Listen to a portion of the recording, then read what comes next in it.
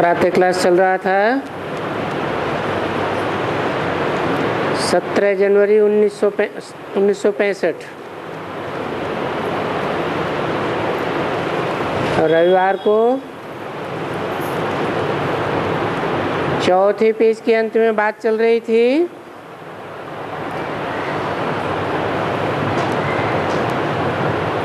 दर्शन उनका होता है जिनसे हमारा कुछ काम होना पड़ता है या मिलना होता है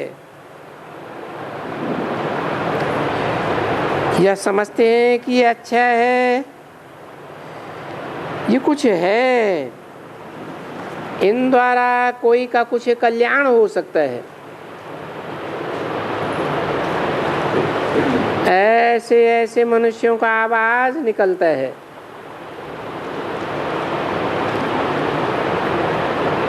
परंतु नहीं, आवाज फिर भी इस ज्ञान में गरीब का जास्ती निकलता है।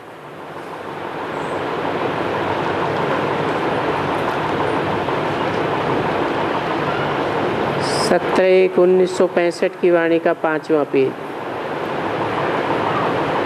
साहूकार का नहीं निकल सकता है। देखा जाता है कि साहूकार इतना आवाज कर नहीं सकते हैं।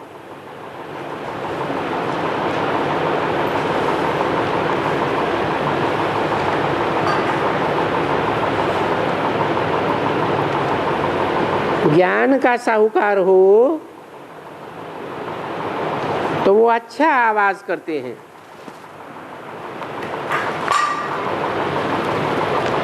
देखो, जो ज्ञान का आवाज करने वाला हो तो पहले पहले ये जो पानी में स्नान करते हैं उनके लिए बड़ी बात तो नहीं है। ये तो हमेशा गंगा यमुना फलाना स्नान करते हैं और करते ही आए हैं। उनके पास ये पंपलेट हिंदी में अच्छे अक्षरों में छपाए करके जा करके देना भी है और समझाना भी है कि भाई तुम बैठे हो गंगा स्नान से कोई सदगति नहीं होती है, क्योंकि पतित पावन सदगति दाता तो एक है ना।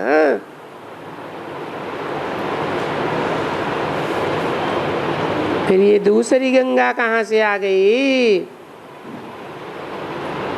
भगवान ही तो एक सदगति दाता है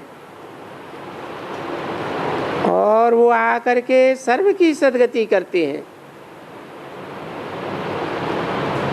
इसलिए वो सर्वगति सदगति करने वाला आया हुआ है।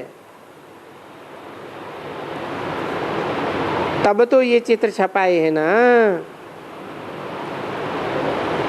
इसलिए तुम समझो, तो मैं खुद तुमको समझाऊं कि बाबा क्या करते हैं।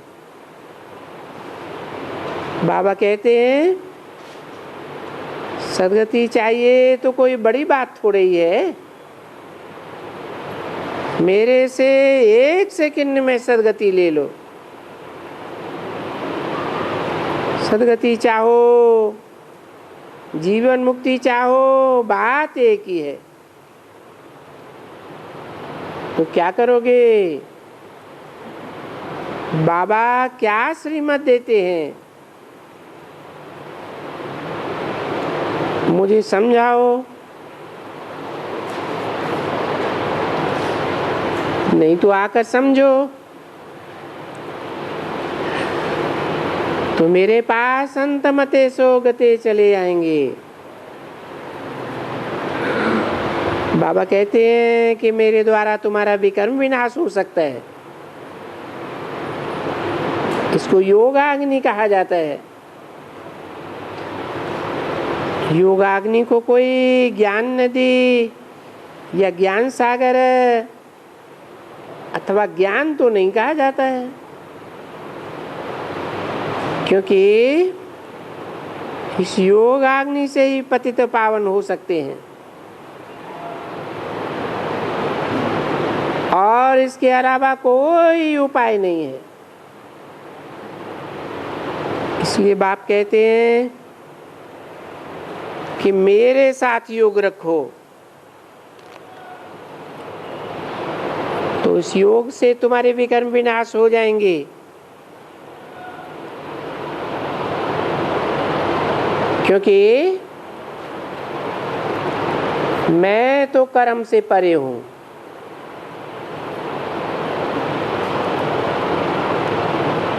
अकर्ता हूं, इसलिए मेरे से योग रखो,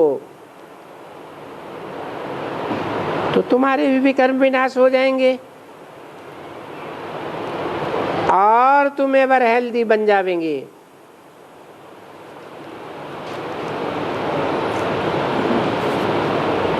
तुम्हारी आत्मा कभी भी विकारों की बीमारियों में विकृत नहीं होगी।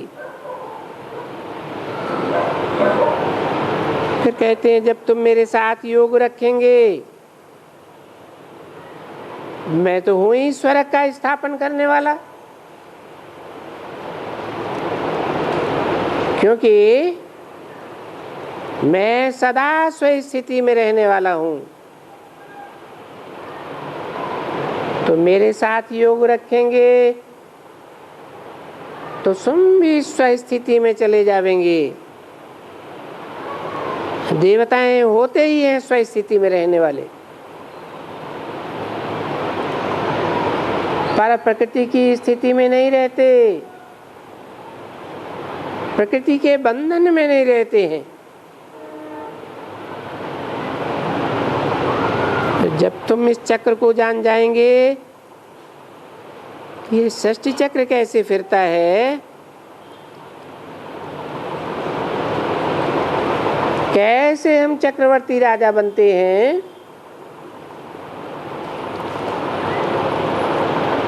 तो तुम्हारा वर्षा हो जाएगा। तो बाप को याद करो और वर्षे को याद करो। तुम्हारा वर्षा है ही मुक्ति और जीवन मुक्ति। मुक्ति अर्थात दुखों से मुक्ति, जीवन मुक्ति अर्थात जीवन में रहते हुए भी दुखों से मुक्ति। अभी सतयुग, त्रेता, द्वापर युग, कलयुग पूरा हुआ। अभी हमारा सारा नाटक पूरा होता है। अभी हमको बाबा के पास वापस जाना है। बाबा ने समझाया है कि कल्प कल्प एक ही बार आकर के मैं सदगति करता हूँ। ऐसे नहीं कि मैं हर युग में आता हूँ, घड़ी घड़ी तो नहीं आता हूँ ना। उनके लिए गाया जाता है सर्व का सदगति दाता। सतयुग में तो बहुत थोड़े होते हैं, पर धीरे धीरे संख्या बढ़ती जाती है। त्रेता में, द्वापर में वृद्धि होती जाती है। कलयुग में आकर सब आत्माएं इकट्ठी हो जाती है, विकारों के बंधन में बंध जाती हैं। तभी मैं सर्व की सदगति करता हूं। तो सर्व में तुम सब आ जाते हो, सब धर्मों की आत्माएं आ जाती हैं। बाकी तुम कोई किसी की सदगति नहीं कर सकते।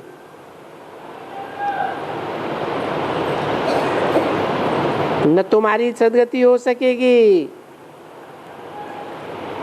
भले गंगा के किनारे बैठे रहो, शिव के मंदिर में जाए करके बैठो, क्योंकि शिव से ये ज्ञान गंगाएं निकलती हैं। वो समझते हैं कि शिव काशी, विश्वनाथ गंगा, यानी ये शिव की गंगा निकली है, तो पानी की गंगा समझ जाते हैं।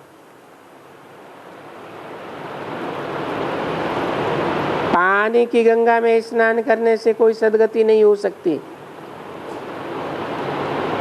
पानी का आलोड़न करने से कोई मक्खन नहीं निकलता है।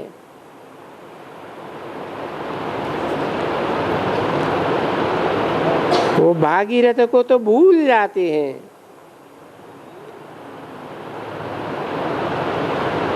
बैल तो भूल जाते हैं, तो उनको भी समझाना चाहिए कि वो भाग्यशाली भागीरथ कौन है।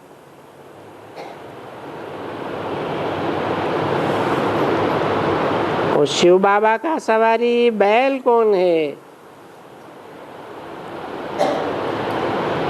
देखो, बाबा ये बता देते हैं कि अक्सर करके कोई कोई होते हैं, उनके पास माताएं जाती नहीं जाती हैं, और कहीं कहीं जाती भी हैं। चित्र देने से और माता को देखने से उनको फिर देवान आ जाता है। तुम योग में होंगे, और जब तक नष्टो मोहा वाली नहीं होगी, सर्विस नहीं होगी। जो अच्छी योगाग्नि होगी तो तुम्हारी सर्विस होगी, परंतु ऐसा आगे चल करके होगा। बुद्धू तो नहीं जा सकते हैं। जो जो बिल्कुल परिपक्व अवस्था वाले होते होंगे, तो ऐसों का पीछे तुम्हारा तीर बहुत जल्दी लगेगा। तब तक प्रदर्शनी से तुम्हारा नामाचार भी होता जाएगा।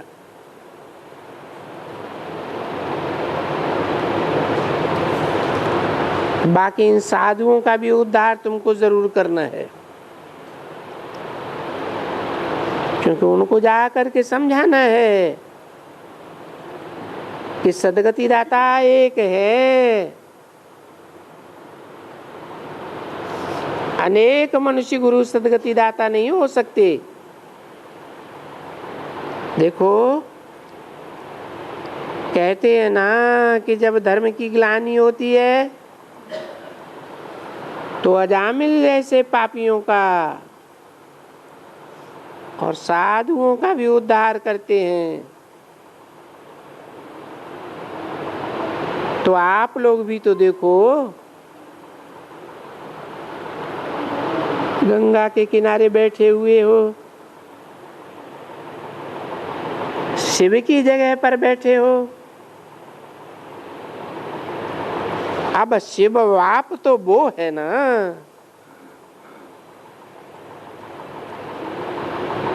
जो सदा कल्याणकारी है।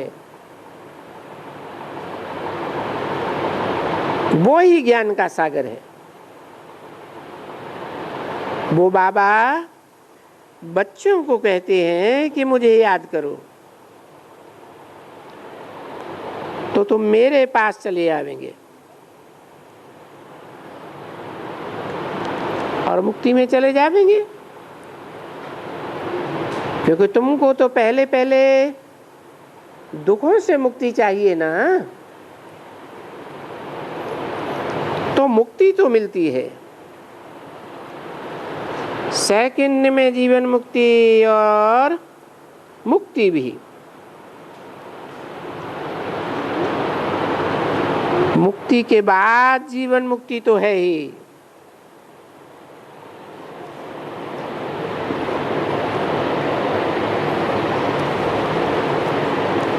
समझा? जब तक मुक्ति न हो, दुखों से छुटकारा न हो, तब तक जीवन में रहते रहते मुक्ति नहीं मिल सकती दुखों से।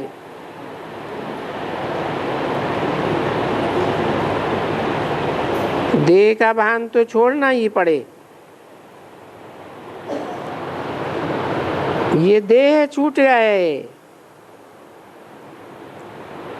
तो देह भान छूट जाए।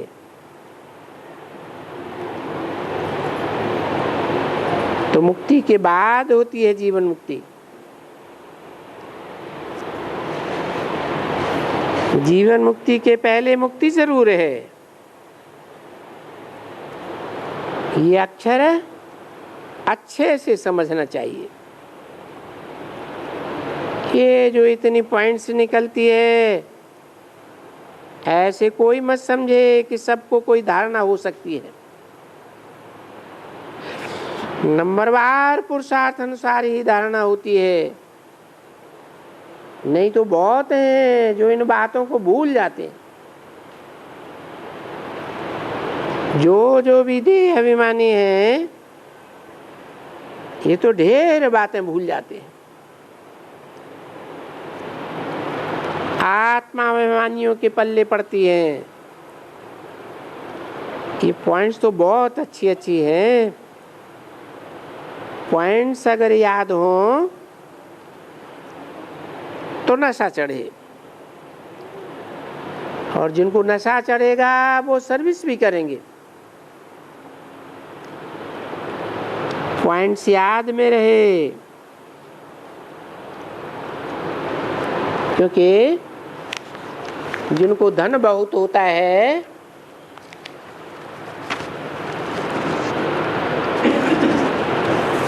तो वो धन से जरूर सेवा करते हैं।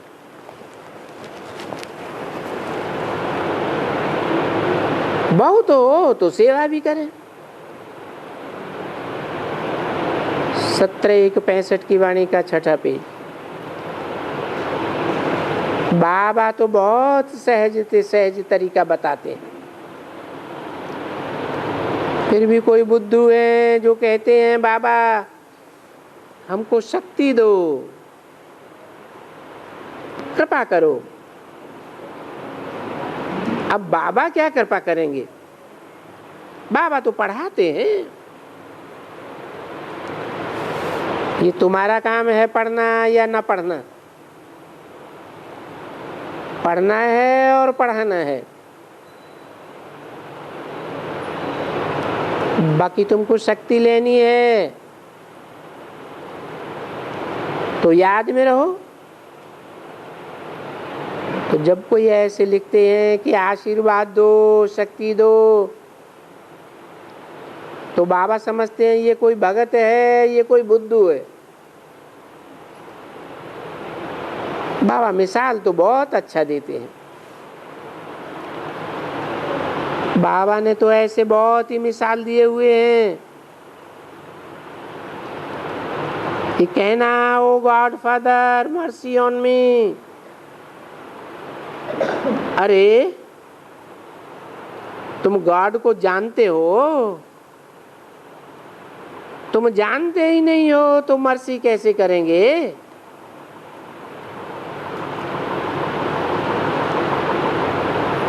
न जानना और जानना वो तो एक समान हो गया। कोई फर्क तो हुआ ही नहीं। इसलिए बाप खुद भी कहते हैं कि बंदर मिसल हैं, ये जानवरों मिसल हैं। देखो अपने कोर्ट ऑफ आर्म के ऊपर भी जानवर दे दिए। 3 शेर दे दिए हैं ना। शेर, घोड़ा, फलाना फलाना। अरे वो शिव बाबा, वो ब्रह्मा बाबा, कहाँ शिव बाबा से मिलने वाला मर्तबा और कहाँ वो पतितों के विनाश के लिए।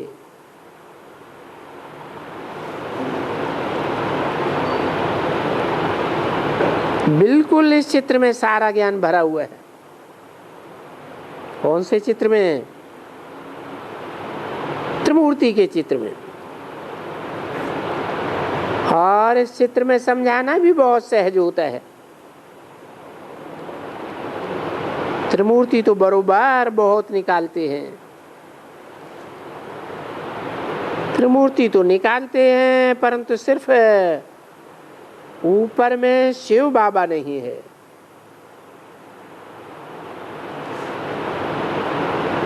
चित्र तो बहुत ही दे देते हैं, परंतु वो कोई चित्र को जानते थोड़े ही हैं कि त्रिमूर्ति के ऊपर शिव बाबा कौन है।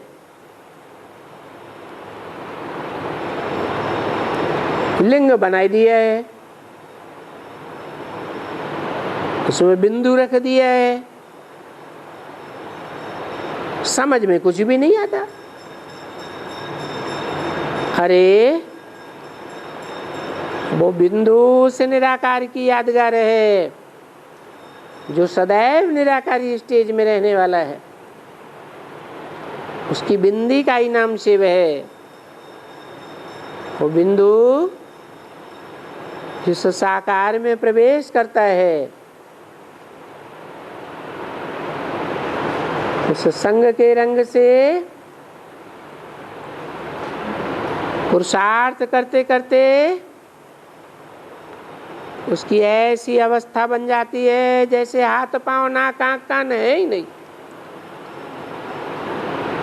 सिर्फ लिंगाकार।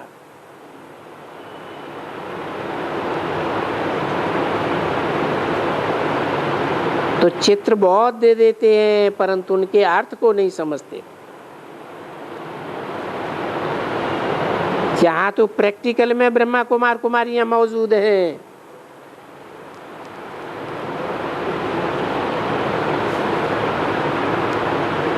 ब्रह्मा भी प्रैक्टिकल में है, तो उनके कुमार कुमारियां भी प्रैक्टिकल में हैं।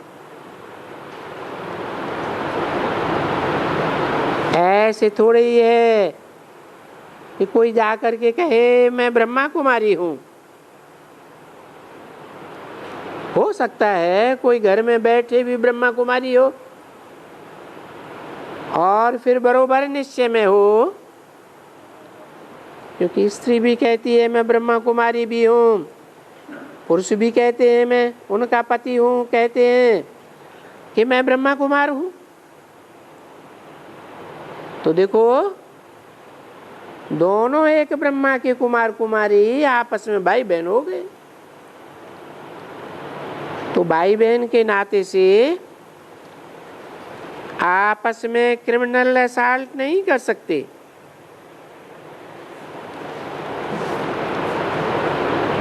ये बड़ी समझानी है। तो देखो ऐसे ही आलवंश, इनमें सभी स्त्री पुरुष भाई बहन क्यों, तुम भी ऐसे ही हो, परंतु न समझने के कारण अभी तुम ऐसे नहीं हो।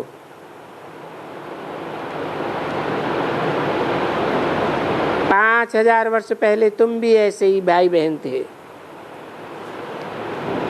ऐसे तो जरूर कहेंगे, फिर अभी नहीं हो, अभी फिर होंगे। ऐसे तो गाते हैं प्रजापिता ब्रह्मा द्वारा परमपिता परमात्मा मनुष्य सृष्टि रचते हैं, परंतु कौन सी मनुष्य सृष्टि? जरूर पहले पहले कोई धर्म तो होगा ना, तो पहले पहले होता ही है ब्राह्मणों का धर्म। ब्रह्मा द्वारा ब्राह्मण दिखाते हैं ब्रह्मा मुखवंशावली, जिनका सरनेम ठहरा प्रजापिता ब्रह्मा।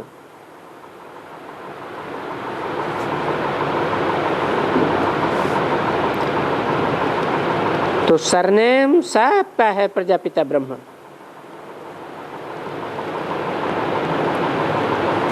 पांच 500-700 करोड़ सब मनुष्य मात्र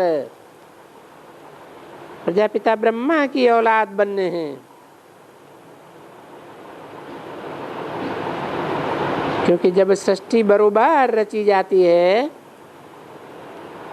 तब वो सब ब्रह्मा कुमार कुमारी होते हैं। क्योंकि पीछे मल्टीप्लिकेशन होकर के अनेक धर्म निकलते हैं और इस समय तो सिर्फ तुम ही ब्रह्मा कुमार कुमारी हो। इस एक जन्म में हो, फिर तो तुम्हारे जन्म बदलते जाएंगे। क्योंकि अभी इस एक जन्म में ब्रह्मा कुमारी बनेंगे, फिर कभी विष्णु कुमार बनेंगे,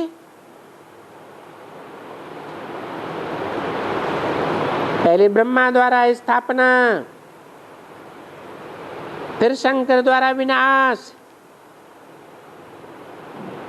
फिर विष्णु कुमार कुमारी, विष्णु द्वारा पालना।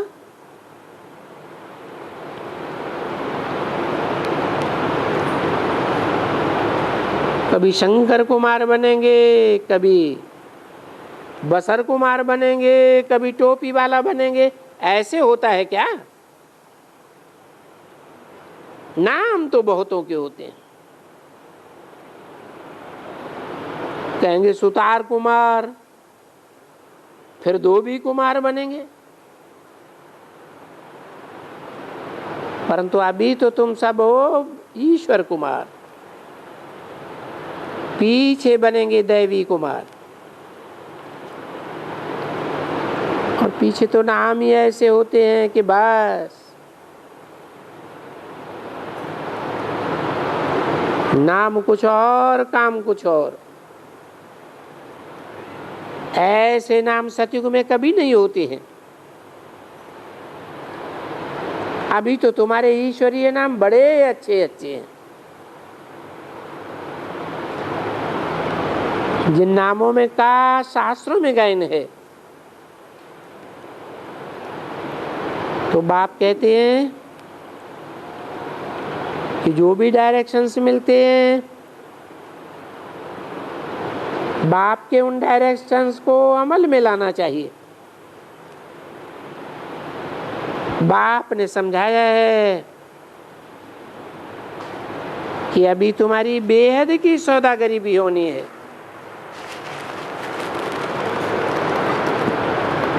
ये बेहद की सौदागरी ज्ञान की सौदागरी है। इन ज्ञान रत्नों से तुम विश्व की बादशाही ले सकते हो।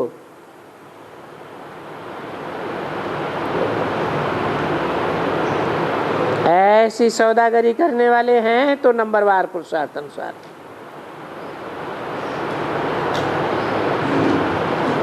आगे तो थोड़ी थोड़ी सौदागरी करते थे, तो थोड़ा थोड़ा सौदा मिलता था।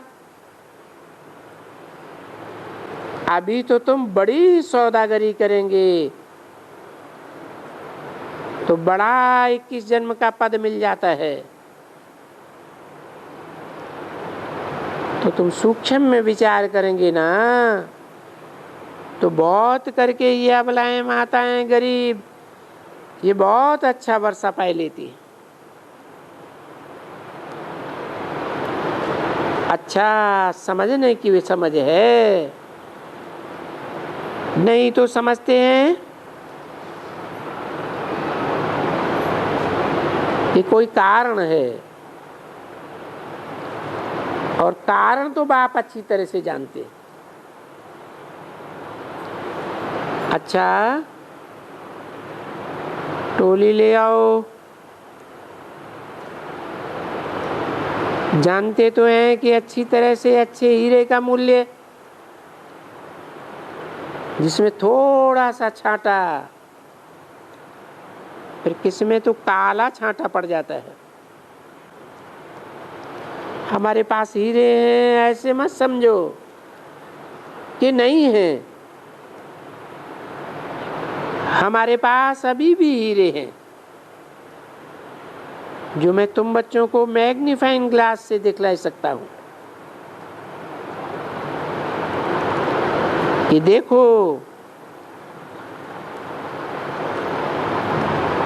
इस हीरे में कितना कितना दाग है, इसमें झुंझार कितना है, जिसको जाला कहा जाता है। ये चैतन्य हीरे हैं, कोई तो बिल्कुल साफ प्योर, उनमें ज्ञान की चमक कैसी रहती है। कोई तो देखो डबल बुद्धू, एकदम डल, कोई चमक ही नहीं दिखाई देती है। मैं तुम सबको बता सकता हूं कि तुम कैसे हीरे हो। अभी भी मेरे पास हैं। अच्छा, सबसे बुल बच्चों प्रति माता पिता का याद प्यार और गुड मॉर्निंग।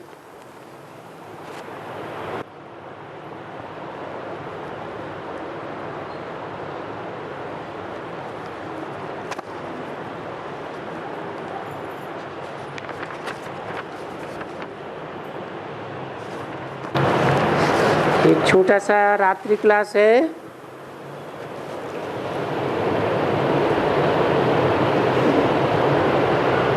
सत्रह जनवरी 1965।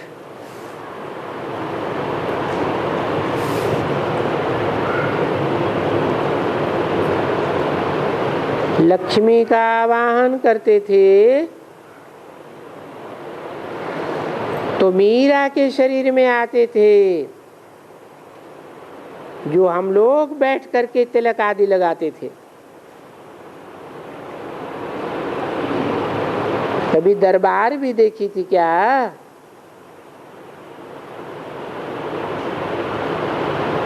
आएगी। कौन आएगी? लक्ष्मी जब आएगी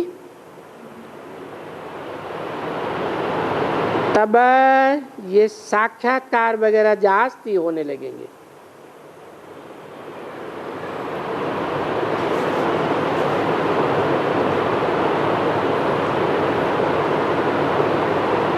अभी तो रहते ही नहीं है। भले जैसे ये दिलवाला मंदिर है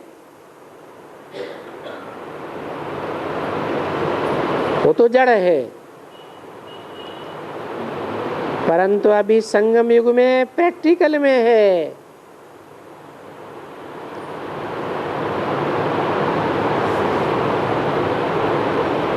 प्रैक्टिकल जब होता है तो तुम प्रैक्टिकल में पार्ट बजाते हो। अभी प्रैक्टिकल में पार्ट बजाने वाले हो।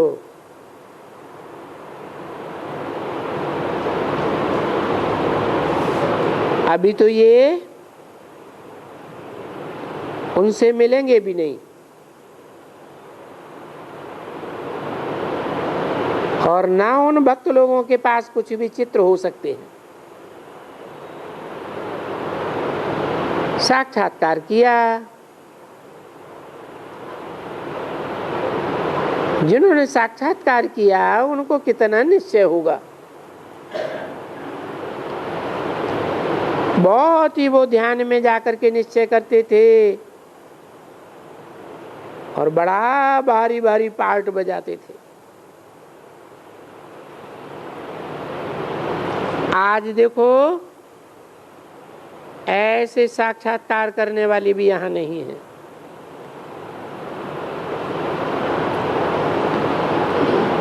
कोई भी मंदिर में जाकर के ऐसे नहीं कह सकेंगे कि कैसे कैसे ये मंदिर क्यों बने हैं। जिन्होंने पास्ट में साक्षात्कार किया था, जो भक्ति मार्ग में इनके चित्र बने, ऐसा क्या साक्षात्कार किया कि तुम्हारे सिवाय और तो कोई बेचारे कुछ नहीं जानते, जरा भी नहीं जानते। ये शास्त्र बनाए हैं, ये भी एक वंडरफुल बात है। फिर भी बनने तो हैं और ऐसे ही बनेंगे हूबहू। कुछ न कुछ गलती है, जो कुछ न कुछ गाया जाता है कि ब्रह्मा द्वारा जो भी सार है वो शास्त्रों का सार बताते हैं।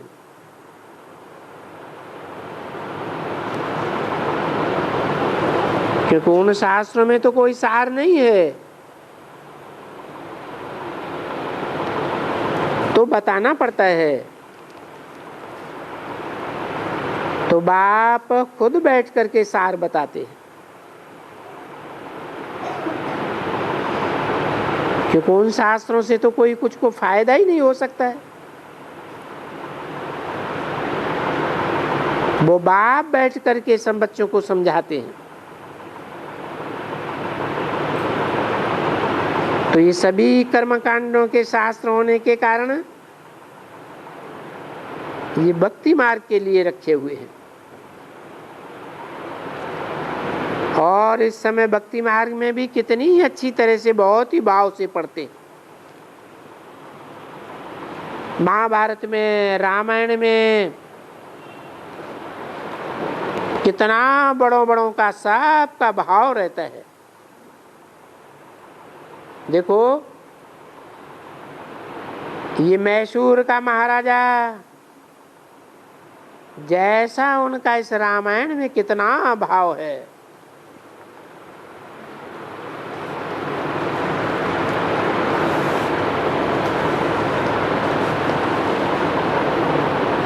पहले अपना भी तो भाव था ना।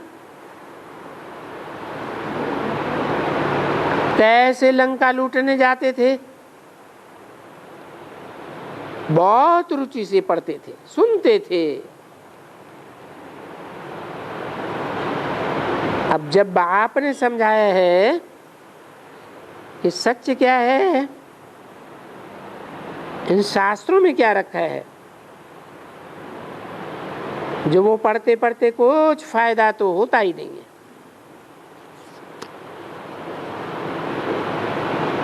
बाप समझाते हैं तो उनकी समझानी नयों को बड़ा मुश्किल बुद्धि में बैठे। जब तक कोई को अच्छी तरह से 7 दिन समझाया न जावे,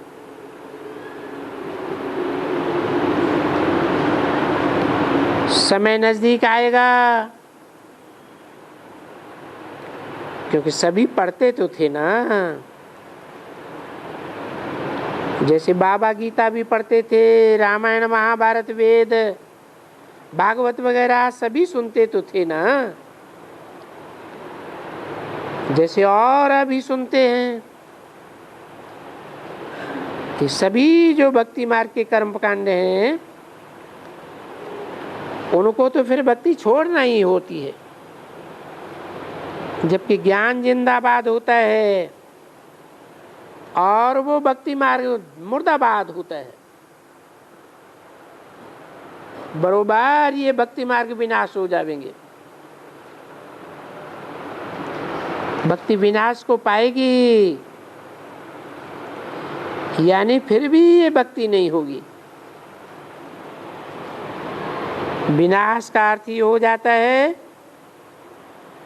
कि 5000 वर्ष के बाद फिर भक्ति होगी। मनुष्य मरते हैं तो ऐसे नहीं कहेंगे कि 5000 वर्ष के बाद आएंगे। फिर तो कहेंगे कि दूसरा जन्म लेंगे। तो ये सभी शास्त्रों के लिए समझाया जाता है, ये शास्त्र फिर नहीं होंगे। फिर करके द्वापर में फिर भी निकलेंगे, फिर आकर ये जो शास्त्र हैं मैं फिर से इनका सार सुनाऊंगा। मनुष्य तो ड्रामा का सुन करके जब ये बातें सुनते हैं तो बहुत मुझते हैं, कहते हैं ऐसे कैसे हो सकता है, विनाश हो जाएगा, फिर शास्त्र कैसे बनेंगे। वो ऐसे ही फिर बन करके तैयार हो जाएंगे क्या। देखो ड्रामा में कई कई मनुष्य हैं जो फिर बहुत मुझते हैं और मुझते मुझते ज्ञान लेना बंद कर देते हैं।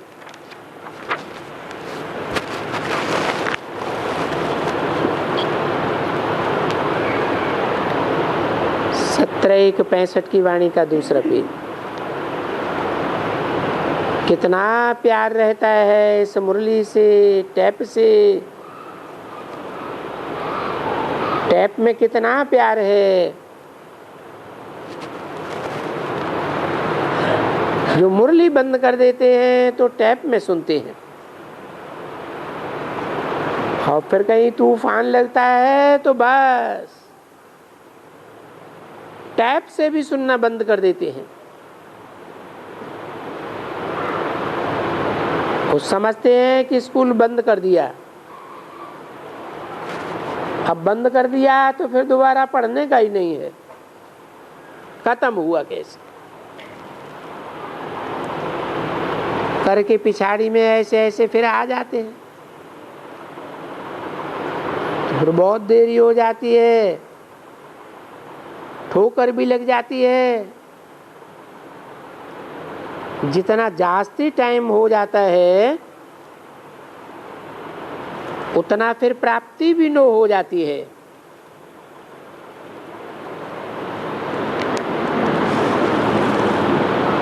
जैसे बाबा ने प्रश्नावली लिखी थी तो इस समय तक भी फिर कोई ने ऐसा समाचार नहीं लिखा है कि बाबा इस प्रश्नावली से जब कोई आते हैं, जैसे ये बढ़ाते हैं तो इन्हों के काम में आने वाले हैं, ये टेबल पर रखे हैं या नहीं रखे हैं। देखो अभी तो बाहर में रखे हुए हैं, पर टेबल पर भी कुछ रखे हैं नहीं, तो ये रख देना चाहिए।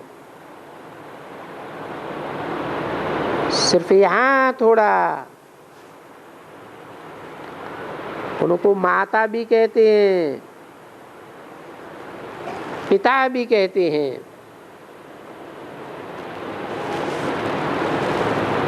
उनके लिए भी पिता कहते हैं। कुछ समझते हैं, अच्छी तरह से उनकी रग समझ सकते हैं। वहाँ उनको फिर समझाना अच्छा होता है।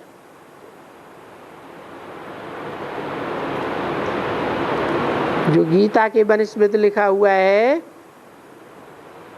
उनसे भी ये प्रश्नावली जैसे सर्वसेबुल है, पर कहाँ तक कोई ये सुनाते हैं। इस बीच में कोई ऐसा आया नहीं है।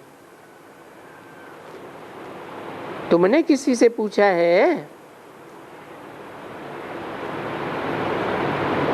कोई भाई ने कहा हमारे यहाँ एक दफा 1-2 सन्यासी आए थे,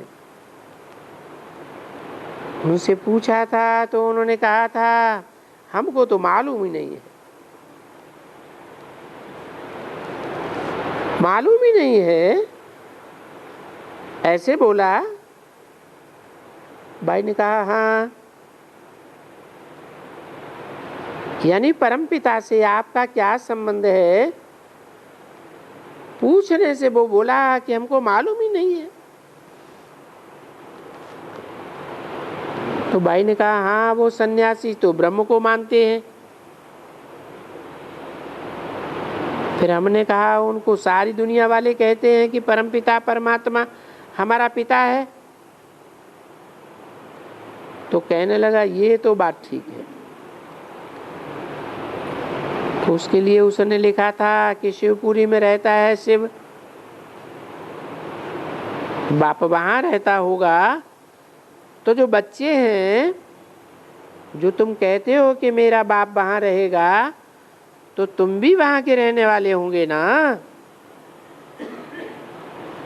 अब तुम पिता के पास जाना चाहते हो,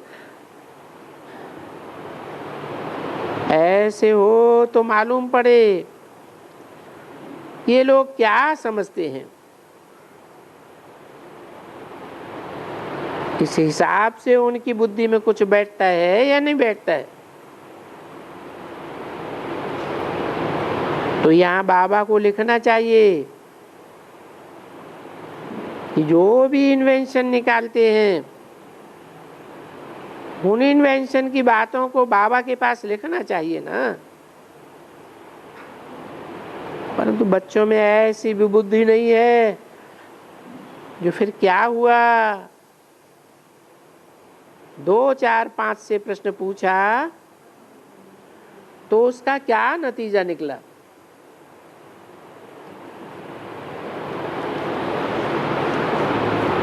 फिर मोदक बन जाते हैं, लिखते ही नहीं है। म्यूजिक बजा। अच्छा, मीठे मीठे ज्ञान सितारों प्रति माता पिता बाप दादा का याद प्यार। Good night. ओम शांति।